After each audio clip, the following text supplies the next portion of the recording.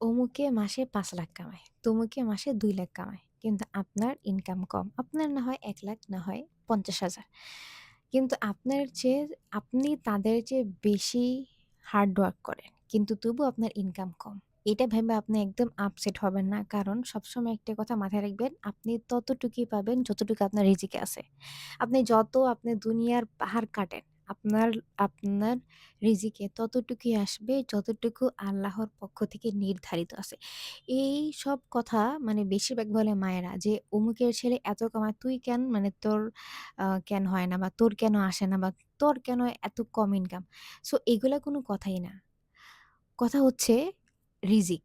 সবার রিজিক এক না। যার রিজিক আলাদা। অনেকে কষ্ট কম করেও অনেক টাকা ইনকাম করতে পারে। অনেকে দুনিয়ার মানে মাটি কাইট্টাও মানে আছে না যে অনেক হার্ড ওয়ার্ক করেও মানে তার মতো ইনকাম করতে পারে না। এটাই হচ্ছে বাস্তবতা। এটা আপনাকে মানতে হবে যে যার রিজিক তার কাছে। সবার রিজিক এক হবে না এবং এইটা আপনি যত দ্রুত মানতে পারবেন তত আপনার জন্য ভালো।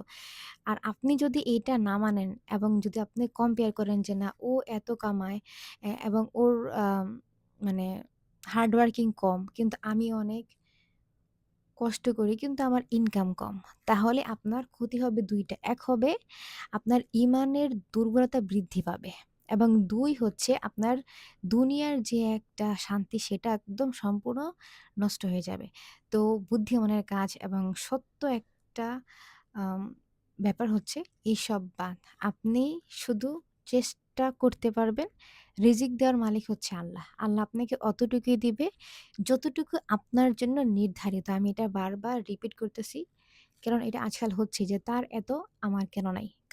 কারণ তোমার রিজিকে নাই। That's it. তুমি ট্রাই করো তোমার বেস্ট।